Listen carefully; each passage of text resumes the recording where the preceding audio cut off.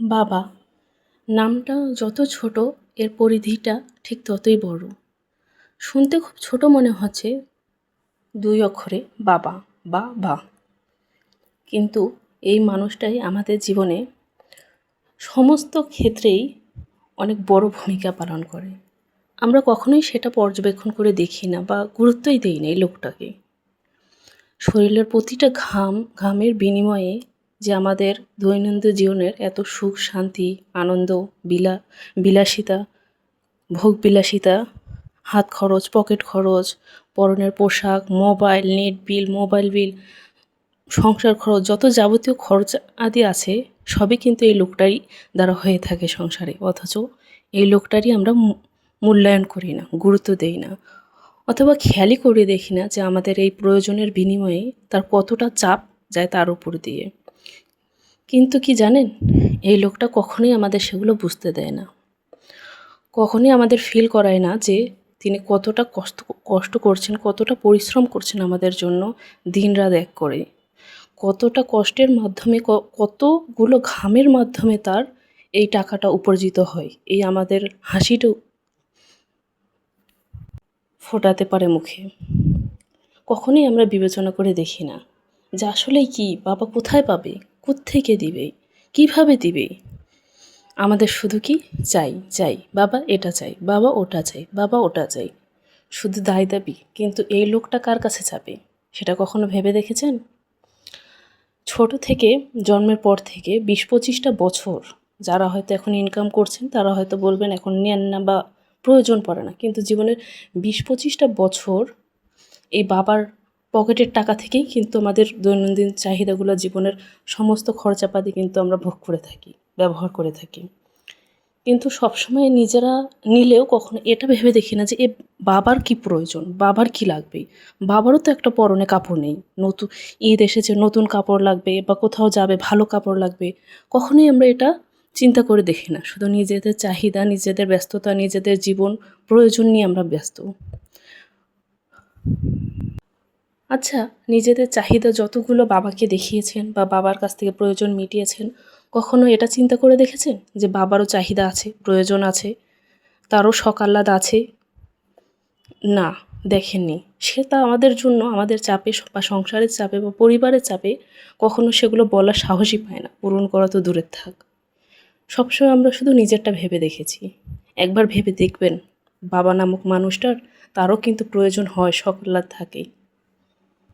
কিন্তু আজব ব্যাপার কি জানেন, এই বাবা নামক মানুষটা আমাদের কখনোই বুঝতেই দেয় না যে তারও কিছু চাহিদা আছে, প্রয়োজন আছে। সবসময় আমাদের মুখে হাসি ফোটানোর চেষ্টা করে শুধু। কিসে আমরা ভালো থাকবো, কিভাবে করলে, কি কাজ করলে আর একটু বেশি টাকা ইনকাম করা যাবে, কিভাবে আমাদের মুখে খুশি রাখা যাবে, শুধু সেই চিন্তা করে, নিজের কথা কিন্তু কখনোই ভাবে না। আর আমরা অকৃতজ্ঞ বাচ্চারা কী করি জানেন, আমরা সবসময় তাদের অবহেলা করে আসি। আমার দামি গাড়ি লাগবে, বাড়ি লাগবে, মোবাইল লাগবে, আমার পকেট খরচ লাগবে, আমার কলেজের ফি লাগবে, ভালো কাপড় চোপড় লাগবে, বন্ধুদের সাথে ঘুরতে যাবো, এটা লাগবে ওটা লাগবে, শুধু লিস্ট আর লিস্ট তাকে ধরিয়ে দিয়ে রাখি আমরা।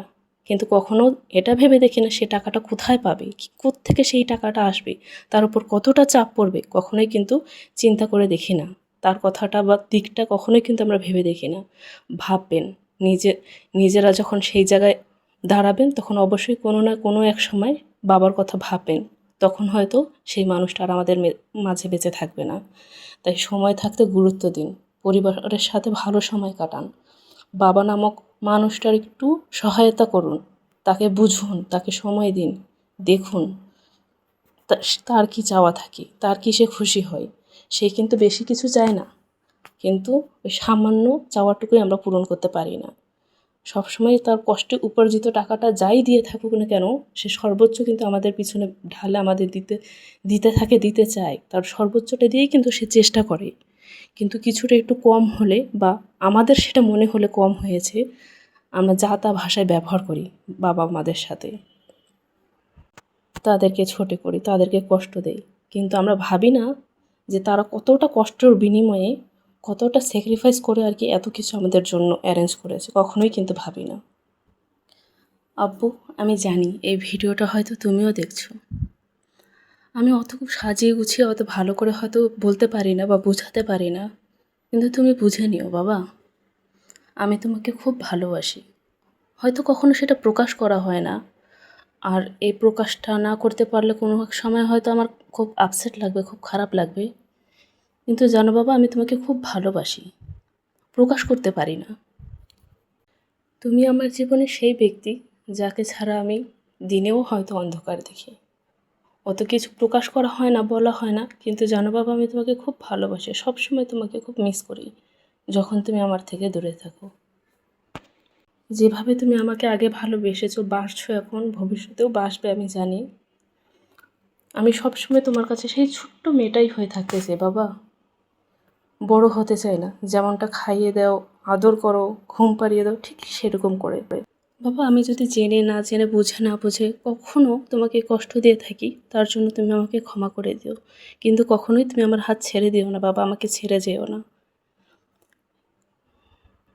আল্লাহ আমার ইচ্ছাটা পূর্ণ করবে কিনা জানি না বাবা, কিন্তু আমার না খুব ইচ্ছা জীবনে কিছু করার, ইনকাম করার, টাকা রোজগার করার তোমার মতো, আর তোমাকে সেই সমস্ত খুশিগুলো দেওয়ার যা তুমি আমাদের জন্য স্যাক্রিফাইস করেছো তোমার জীবনে। তোমাকে খুব ভালোবাসি বাবা, খুব ভালোবাসি।